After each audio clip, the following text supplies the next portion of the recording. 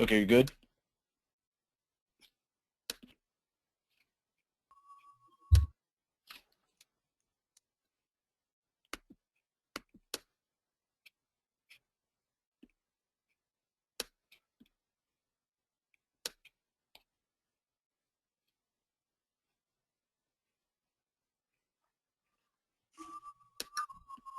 George, are you ready?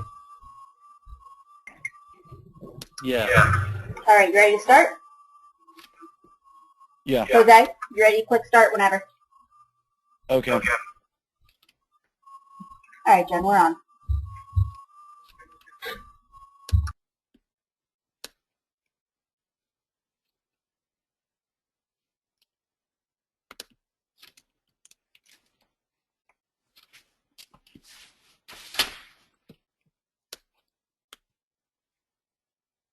Where's the start part again? Uh,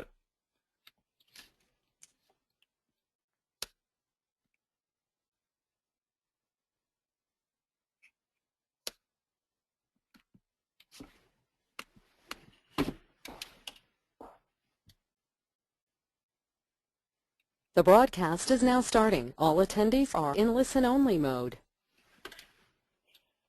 Sorry for the delay, everyone. We had several technical difficulties, but we will now be starting up the webinar for tonight. Hello and welcome to the second April webinar of the Students for Liberty webinar series. My name is Jose Nino and I'm a member of the SFL Executive Board, and I'll be running the rest of this month's SFL webinar series.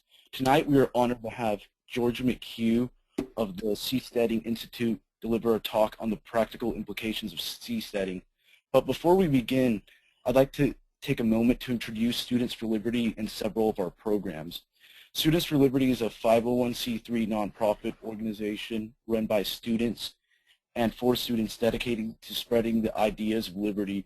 We were formed about 5 years ago to serve a previously untapped niche in our universities, connecting liberty-friendly students with other students, faculty, or organizations, and resources to help them advance their ideas and the applications of classical liberalism.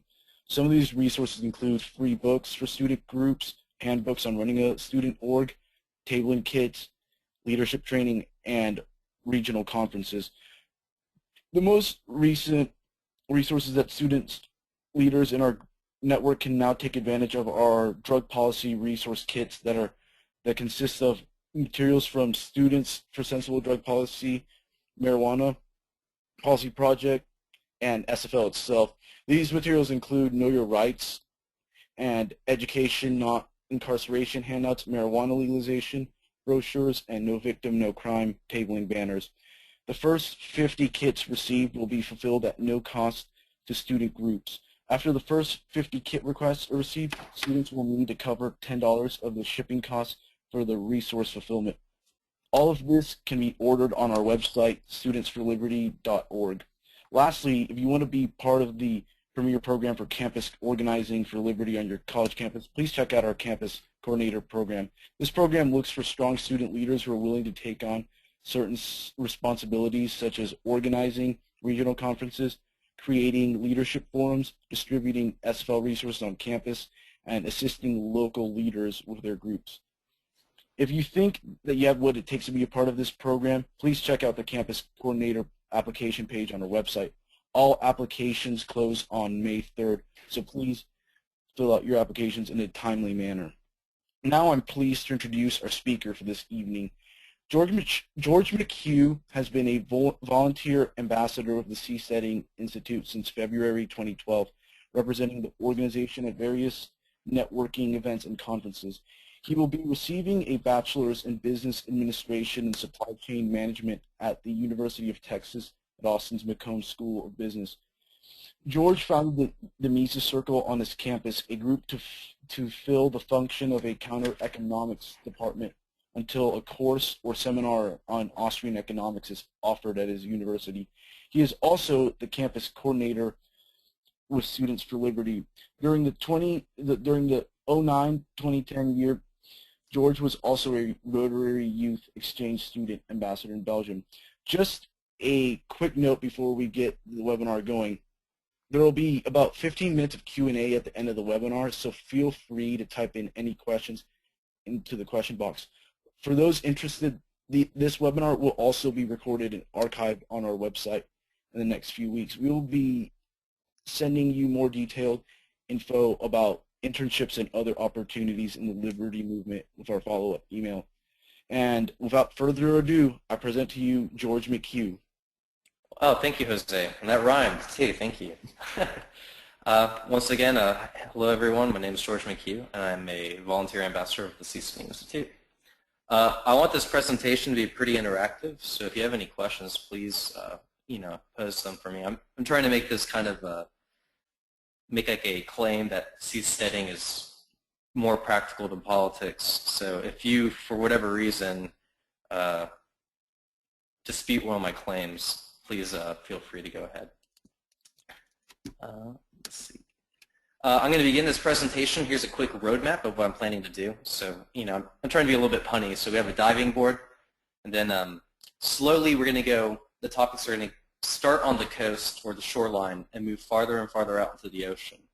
And while I'm doing this, it's kind of like it's also a time scale. So near-term projects to longer-term projects, as well as, from the coast and farther out into the ocean, and what each of these initiatives and things mean and do, and how we get, to the vision of 1,000 floating Hong Kongs. So here we go. This is the Seasteading Institute, and that's a SEASTEAD, which is a enterprise or community that is based out of the ocean. So the word seasteading comes from homesteading, the high seas. So it's a cute little pun or word that we have created. The Seasteading Institute is a 501c3 nonprofit. It was founded by Patry Friedman, who is a Google engineer, and then when he started pitching his idea to a couple of people that he knew, he eventually started the Seasteading Institute. If you don't know, Patry's father is David Friedman, renowned anarcho-capitalist and the author of The Machinery of Freedom. And his father is Milton Friedman. So they got some good genes, and they've all had good ideas so far. So let's just hope that seasteading is the next big one. Well, Patry, when he was a Google engineer and when he was talking to people about, building floating cities or whatnot, he piqued someone's interest, and this person was Peter Thiel, who was the keynote speaker at the 2012 International Students for Liberty Conference. He is also the founder of PayPal and one of the first investors of Facebook. If you saw the movie The Social Network, he was, the main investor that they went to talk to right before a rocket to success to come up. Well, he gave Patry a $1 million grant to get started.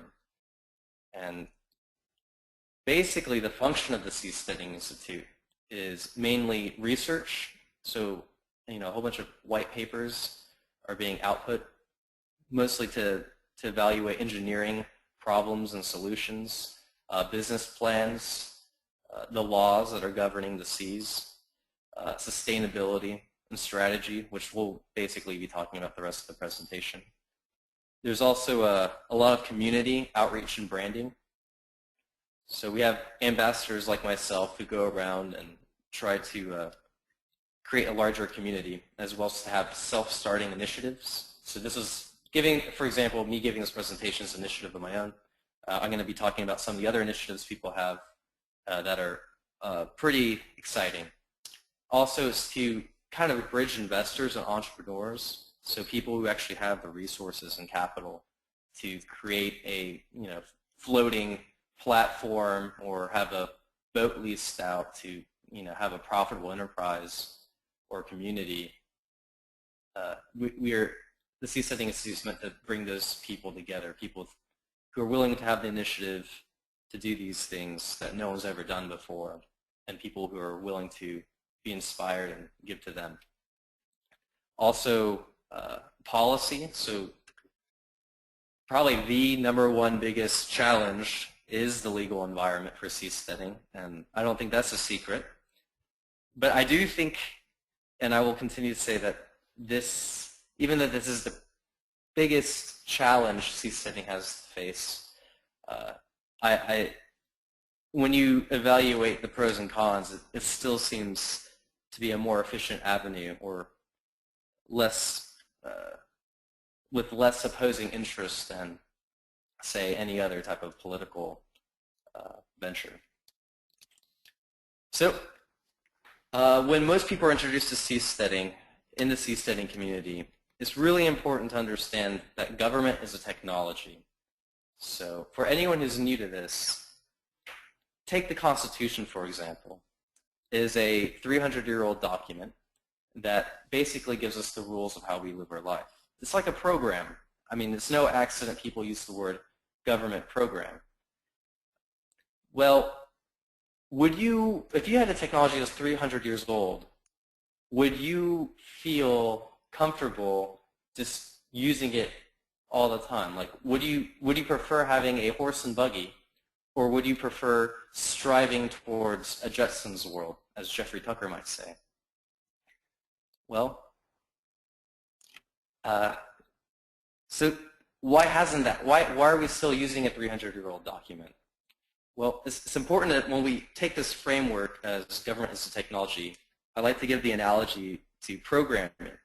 So Patri, as a Google engineer, has a background in programming.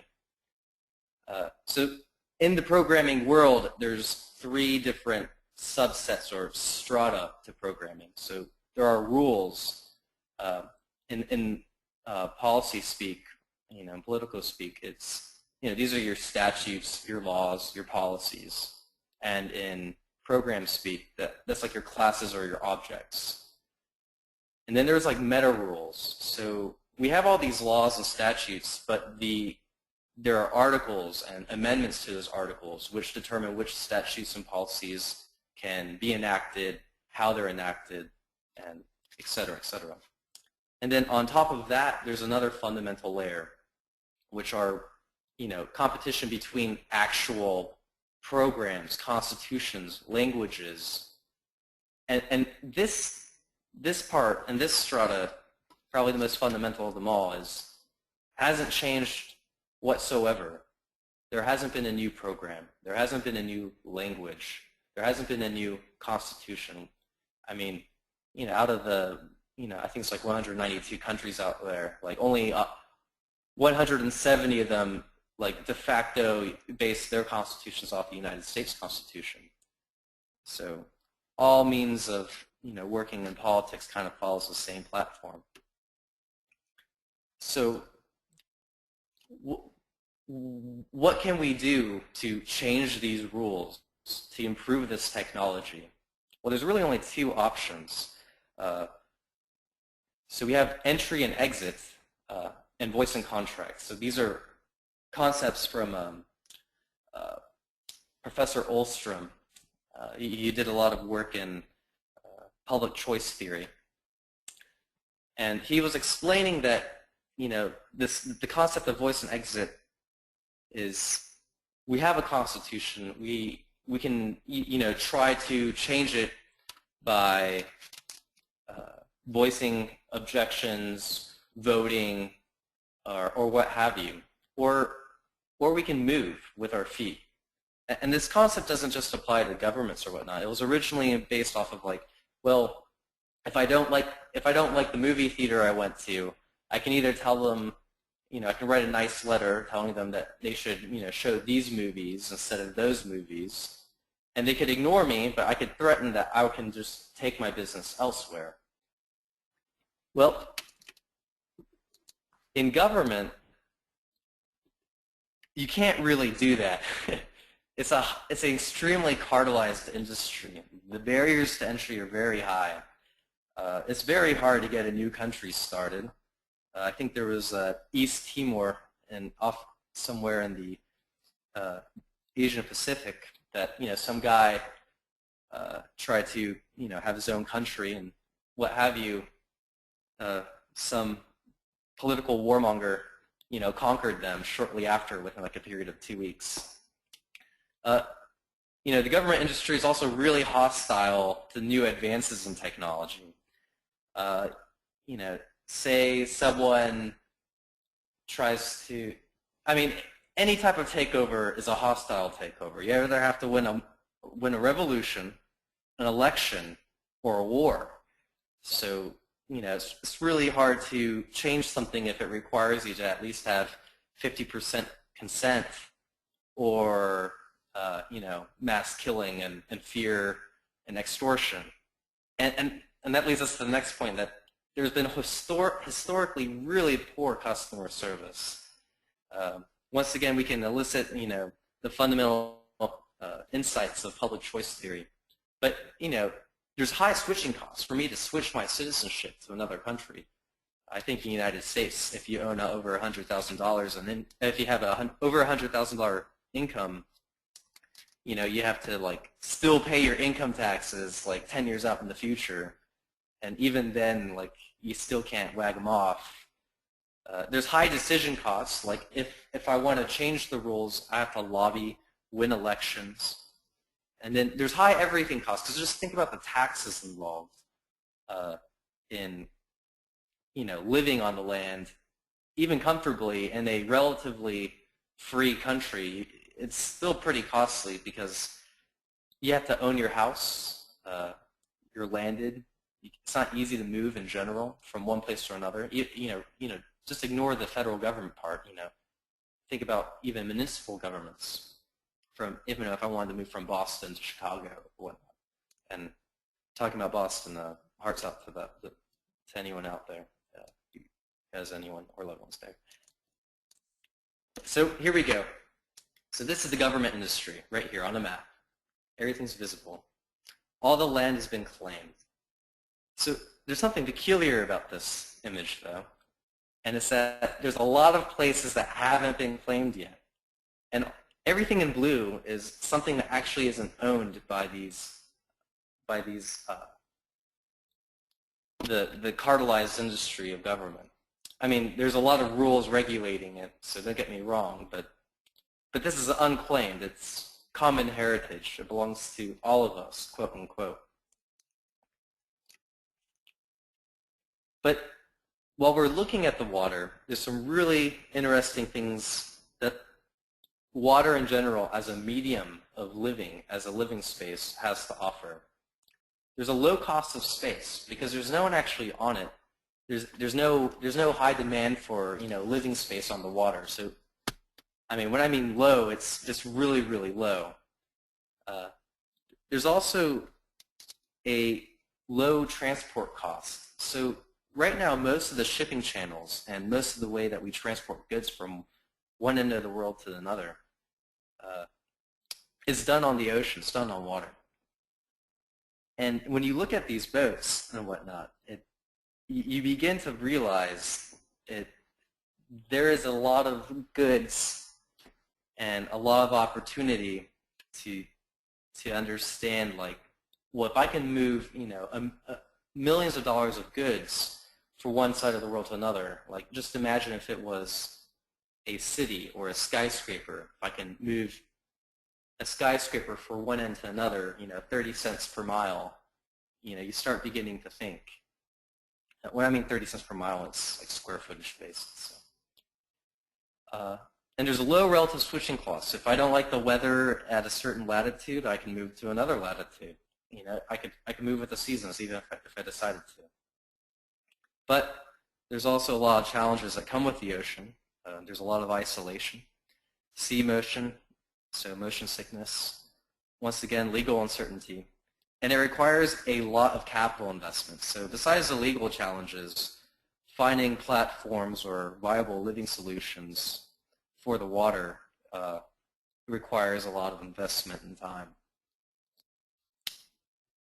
So to give you just how close we are to actually, without even trying to have ocean cities or ocean office buildings, to give you this post here to let it sink in that a cruise ship, just one right now, is taller than the Chrysler building. And if if you can just imagine, it doesn't have to be a cruise ship per se, but a whole bunch of cruise ships can like form and reform and move at will. You can create cities that are modular, that are organic, that can instantly change to economic conditions and to economic data. So there's a lot of powerful opportunities that can come with seasteading. So the basic seasteading strategy has a lot of leverage over traditional political avenues and engines.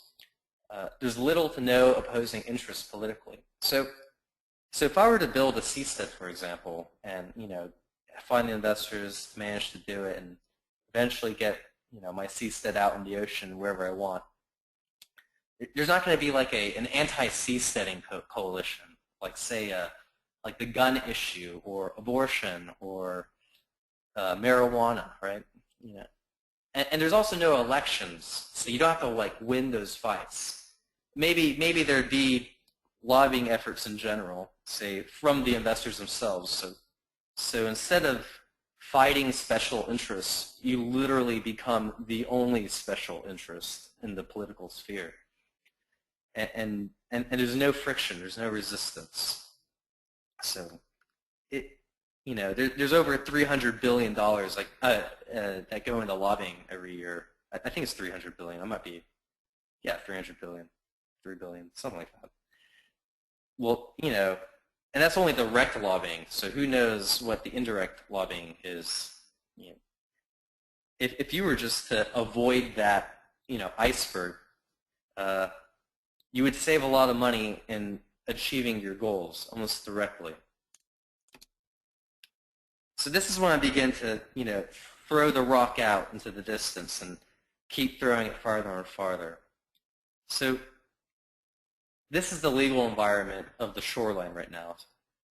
It's technically called, the jurisdiction is territorial waters, and it's anything less than 12 miles out from the coast. And a lot of the seasteading initiatives right now mostly focus on creating community, building a movement to introduce the public to a new way of living on the water.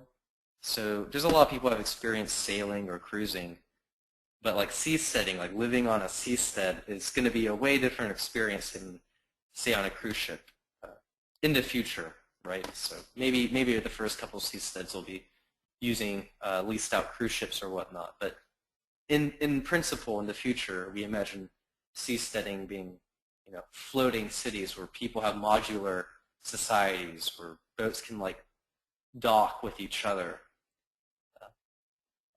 Also, the other part of the strategy is just to build enthusiasm in general about the prospects of, what this technology of seasteading can bring and mean for the future.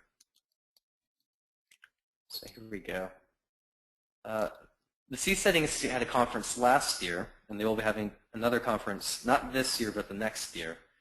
And this is a great event that brought in a lot of the world's maritime law experts, nautical engineers, a whole bunch of interested parties. And what's really good about this is that there's a lot of connections and a lot of smart people who meet together to try to make this happen. From what I understand, I think there was like a shipping company from China that was in contact with one of the ambassadors, and they expressed interest in seasteading. So you get people from all over, and there's people who think about that this can really be the next big thing. Let's see. FUTURESTEADING was another conference that was hosted by Charles Perallo. I hope I pronounced his last name correctly. It was up in New York City, but his conference wasn't focused exclusively on seasteading, but also incorporated like transhumanism and cryogenics and other host of cool projects that have an eye towards the future. It was a really successful event. I think it had over 250 people. And then there's also a initiative by a couple of the people in the Bay Area to start having a Bay Marina or Flotilla. So to have have like a community of people who live in just a normal city in territorial waters to just begin living on boats together in the ocean, kind of have like a dock, a floating dock where everyone just kind of happens to live on it outside, like, nowhere close, well, close to land within 12 miles, but not that close to land. To just experiment and to find, to solve some problems early on that seasteading might encounter in like a really practical, like day-to-day living type of scenario. And also there's a volunteer ambassador, Farouk Hunter, who wants to, who has an initiative to have GEEKSTEADS. And these would be like festivals, devoted, like hackathon festivals on, wherever people happen to have it. I think there might be 2 this coming year, one on the East Coast and one on the West Coast. And it'd basically be putting like a hackathon and a whole bunch of people on a boat and having like social experimentation in that way to kind of merge those 2 cultures together and, have a lot of fun with it. Kind of have like a pirate, Viking vibe, whatever. It'll be a lot of fun. And there's also Ephemerile, which is a yearly festival that was started by Patri and a whole bunch of seasteading enthusiasts, which is basically a Burning Man on the water. So if anyone knows what Burning Man is, it's basically people create a city overnight in the middle of the desert, and they like celebrate creativity. Well, Ephemerile is essentially the same concept, except for in the San Francisco Bay, the Sacramento River Delta. And I'll be going this year, so if you decide to go, you can ask me about that, and I'll give you information. So now that we kind of covered what people are doing and some of the initiatives going on in territorial waters, we're going to move out a little bit further out towards the contiguous zone, which is 12 to 24 nautical miles out. And the contiguous zone actually belongs to the exclusive economic zone, which I'll talk about later, but it has special limitations. This jurisdiction is technically different because there's more rules that govern it, mostly to do with like imports and duties, customs, and any type of conflict there. The territorial body can make claims and disputes, but these are often left in limbo. So the main strategy here is because it's basically, it's not landed rules anymore. It's officially out in the sea. And the strategy here is to create profit-making endeavors that use jurisdictional arbitrage. Because, if I'm off the coast of New York, more than 12 miles, I'm not in the United States waters, technically, anymore, as long as I fly a flag of another nation. So flag registry is actually a really important and interesting aspect of seasteading at the moment, because there's countries out there that deliberately make their flagging registry to like allow people to fly their flags in order to gain a profit. So these would be like countries like Liberia, I think Honduras, Panama, the Bahamas. They hire companies, they outsource like office work, like usually from the United States, somewhere in Virginia, and to create laws and incentives in order for people to adopt their country's flag to fly over their boat. And while you do this, you're living under that country's laws, but not necessarily their landed laws, but their maritime and naval laws.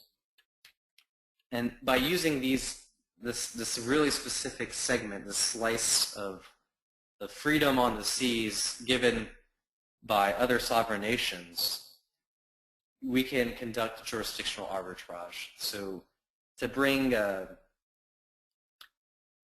good rules to places that need good rules but can't like actually go to a different place easily in order to benefit from it. Probably the best example is BLUESEED. BLUESEED is a startup venture that should be on the water, I believe, within the next year, maybe within the next 2 years, that uses jurisdictional arbitrage in the realm of immigration. So right now, I think it's 40% of every single successful startup in Silicon Valley had at least one immigrant as a co-founder. This is a real value-producing industry, like bringing immigrants to create, businesses and jobs. Well, the problem is that it's really hard to get a working visa in the United States. There's long wait lists. There's a huge hassle. There's a lot of people who are very qualified, very well educated, who have a job, who have great resumes, and they still can't get a visa or a citizenship or a green card, any means of actually even putting their foot in the country, right? Well, BLUESEED aims to have basically 1,000 of the world's smartest computer programmers, investors, and business people on the same boat, and basically create an incubator environment in order to bring small startups into a level where they're able to move on to shore.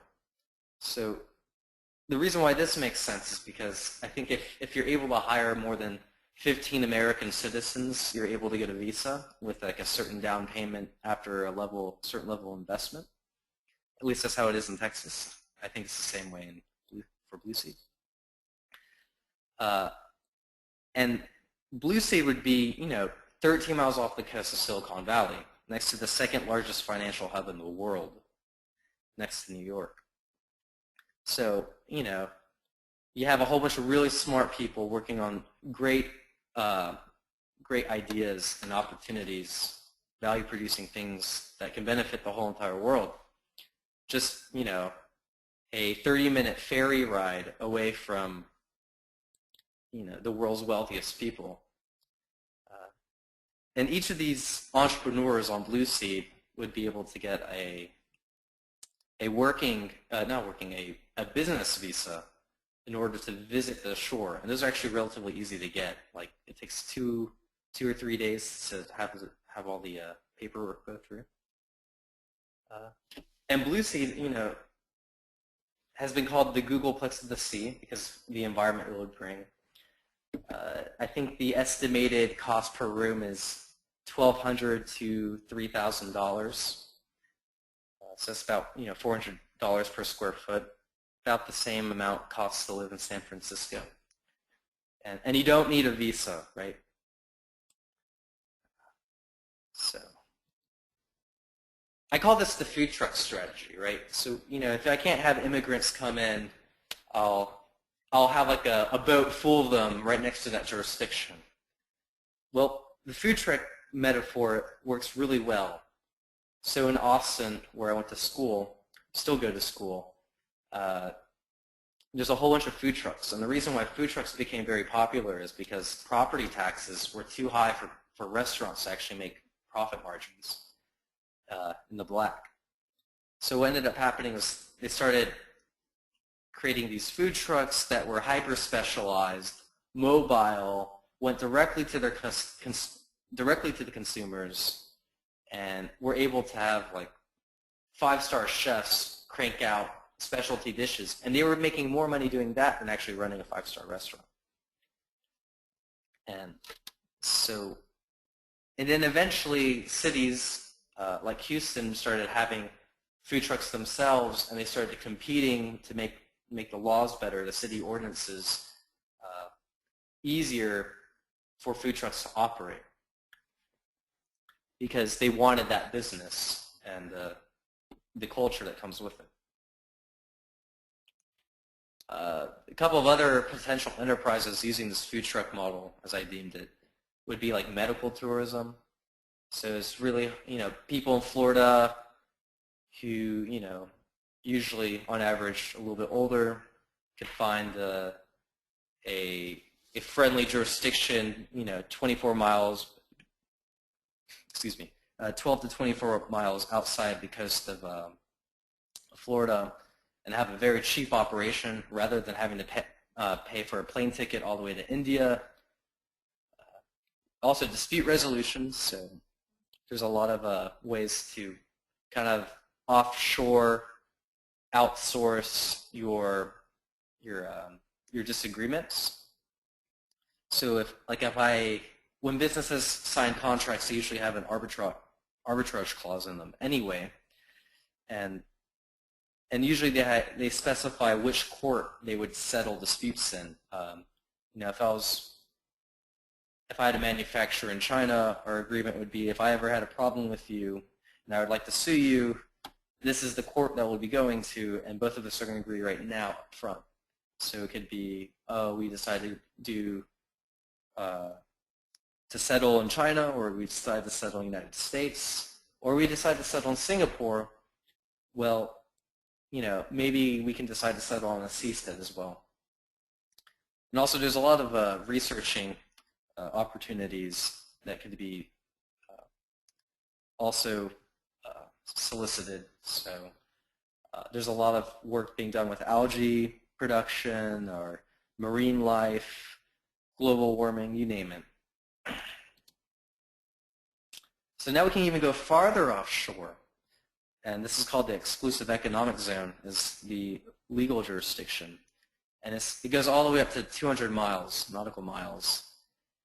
And this has the specific rules that govern the exclusive economic zone is everything also governs the contiguous zone, but with less baggage. But there's still baggage there, which says you can't use resources without consent of the ruling territory that has claimed this exclusive economic zone. The seabed is completely regulated.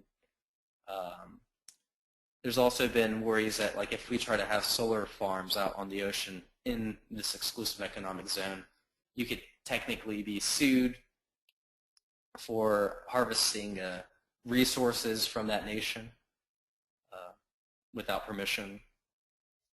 But in the long run, the goal is to have like special economic zones. So once we prove that seasteading works a la food truck, that maybe we could have these special economic zones, little incubators, once again, for projects devoted to the blue revolution. So aquaculture, like privatizing the oceans, kind of having using the upswelling from the ocean in order to create nutrient-rich food. Also algae fuel production, wind and wave energy technologies, solar as well. Even other resource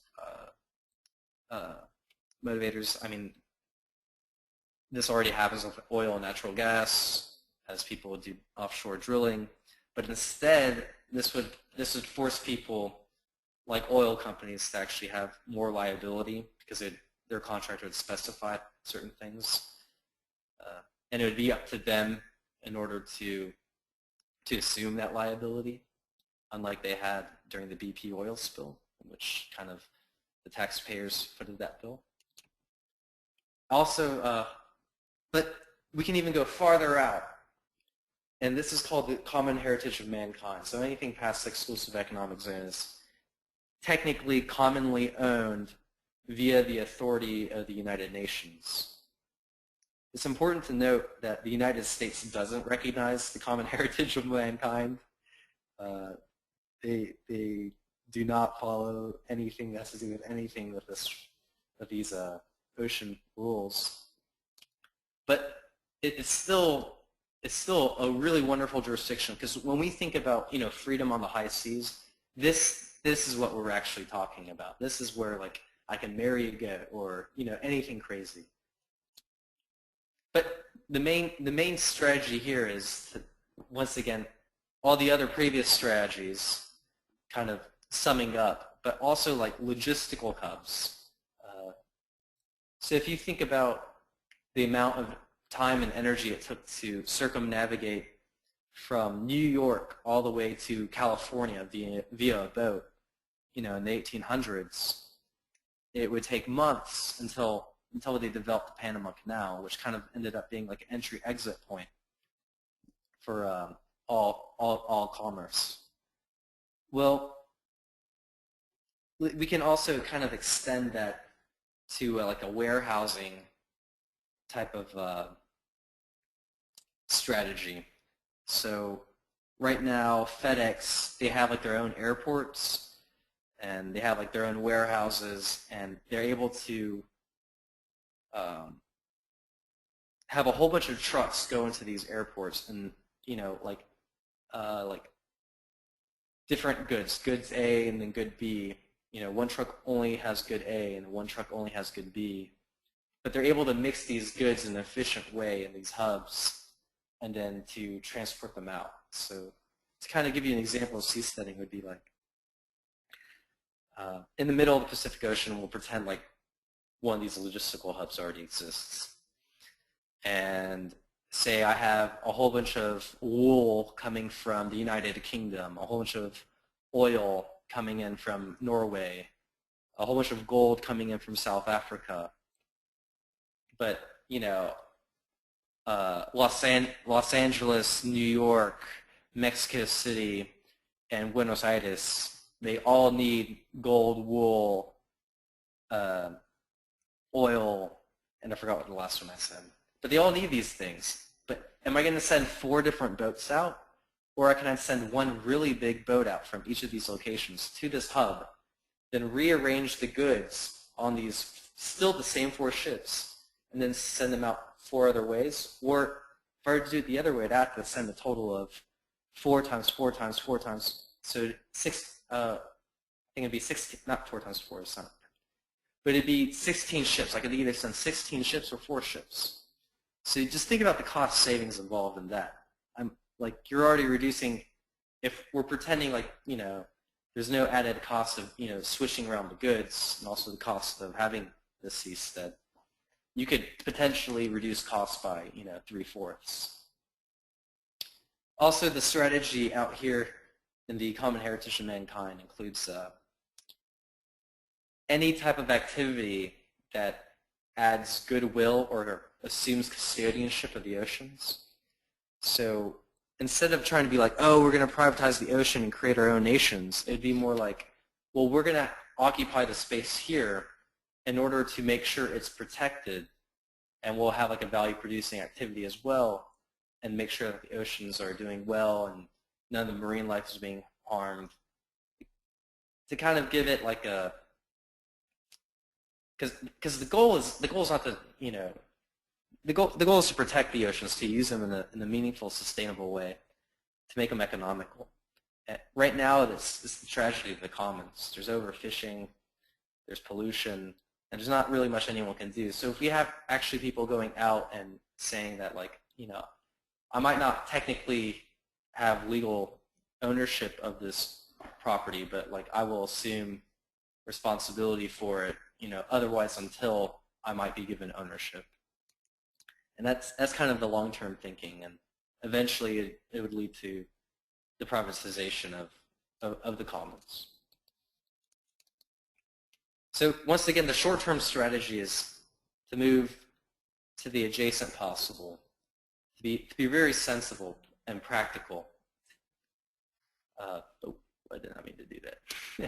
Very sensible and practical.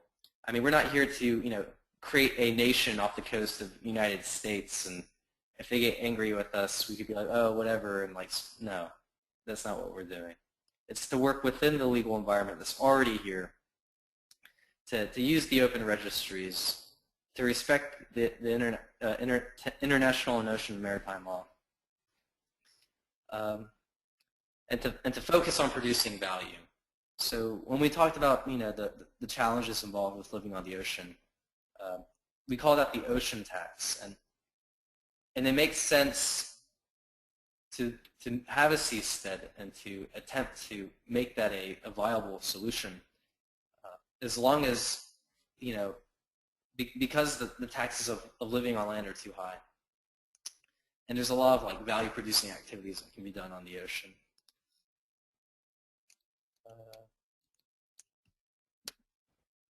The long-term strategy is to increase competition between existing countries and communities.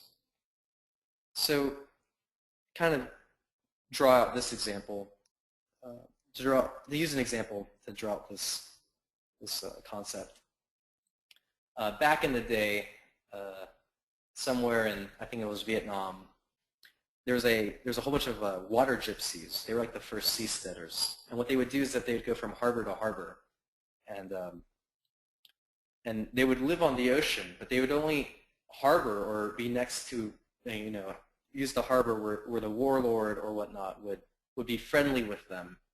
And if they didn't, if they were, demanding too many taxes or whatever, the water gypsies would just move to another guy immediately who didn't charge them as much for using their harbor.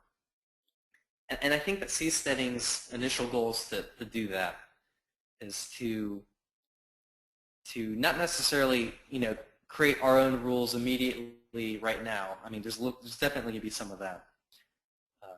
But it's to kind of provide like a profit incentive for governments to change their own laws by their own will. So, say, for example, the United States federal government decides that BLUESEED is a horrible idea and there's a new anti-seasteading, political movement.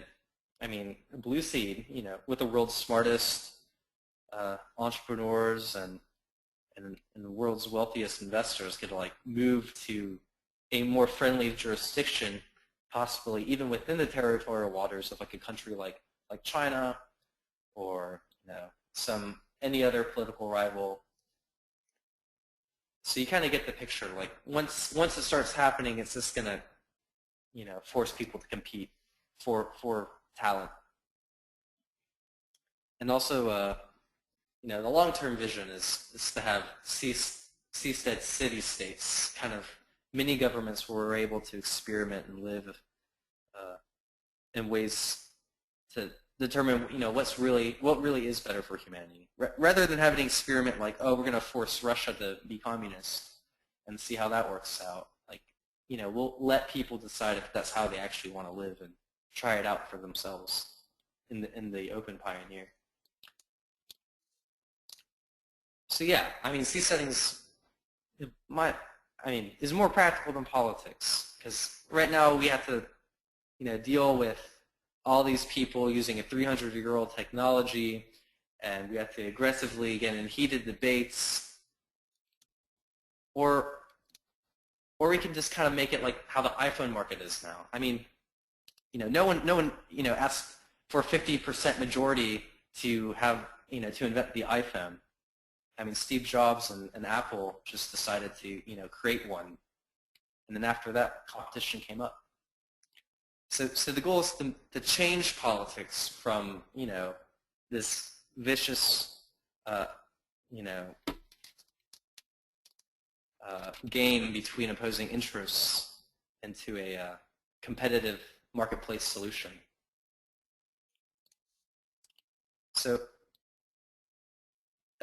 eventually this would cause not just landed governments to compete between each other, but there would be also thousands and thousands of seasteads, or at least that's the hope. And it would kind of have like the pattern of a Cambrian explosion. So this is a chart of the Cambrian explosion. The bottom is millions of years, and then I think the vertical axis is an index of the amount of diversity or the number of species. And you kind of get the idea. Well, once we're able to have all this types of experimentation and figure out what could be the best thing, or what is the best thing, or express ourselves and use our creativity. I mean, there would be a lot of different ways of living. So,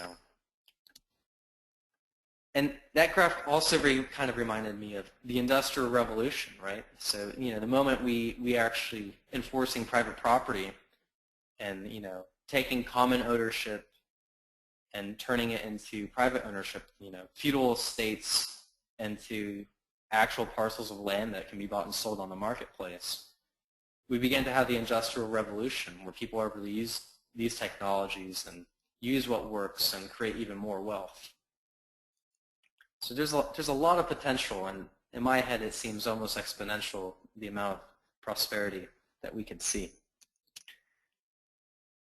So to give a brief rundown of what seasteading is, as a conclusion, it is homesteading on the high seas. They are floating communities. They're experimental and voluntary. They do not detract from landed populations. They're entrepreneurial and innovative. They're meant to debug government technology without, by showing which policies work and don't work. So if there's a great rule that seastead has, maybe a landed country can adopt it because it does work and it's been proven in practice. We won't have to say, oh, that will never work because it's never happened. No, this is now the initiative. Now we have the initiative to show what does and what does not work. What seasteading is not, and it's not a big FU to the world. I get that a lot. It's the laws already are on the books. We have to obey what's there. Once again, here are the list of the different zones: common heritage of mankind, exclusive economic zones, contiguous zones, territorial waters. There's even a regulating body, the International Seabed Authority. It's based out of Jamaica. So it's all about working with people with what we got now. And it's not about telling people, oh, I'm going to have my own. I'm going to get on my boat and I'm going to be my own country. No. It's about trying to. We still have to be connected to the marketplace. We still need to be connected to the community, the world community, or else there's. That's not humanity. That's not the marketplace. So if you're excited about releasing human potential, please sign up for our mailing list. Jump in, the water is fine. We also have a book coming out that's going to be published by Patrick and Joe Quirk. So once again, sign up for our newsletter. And then here's some of the other options that I'll go with if you're interested. So you can be a volunteer ambassador like myself. There's an application process. A lot of research still needs to be done. Last time I heard, a lot of cool things are being done in algae production and algae fuels. Also, there's a lot of legal work being done on which flag registry is best. Also, business plans are kind of like a big deal right now. So there's a couple of proposals that have been put forth, and you can find them on the website. There's Clubstead. BLUESEED was one of them. I think there's also a medical tourism business plan that's already out. And then Joe Kirk and Randy Henkin will be on the Glenn Beck show. Randy is the executive director of the Seasteading Institute, and Joe Kirk is the co-author of the Seasteading book. So they'll be making the media rounds. Also, if you would like more information about GEEKSTEADING, contact Charlie Deist. He's like the coordinator for everything in the office. Kind of runs everything. Also, you can become a member. I think there's I forget what the fees are, but there are different levels of membership fees. So, all right, any questions? I'm willing to take any. See these. Oh yeah. There's a question box on your left-hand side, if you'd like.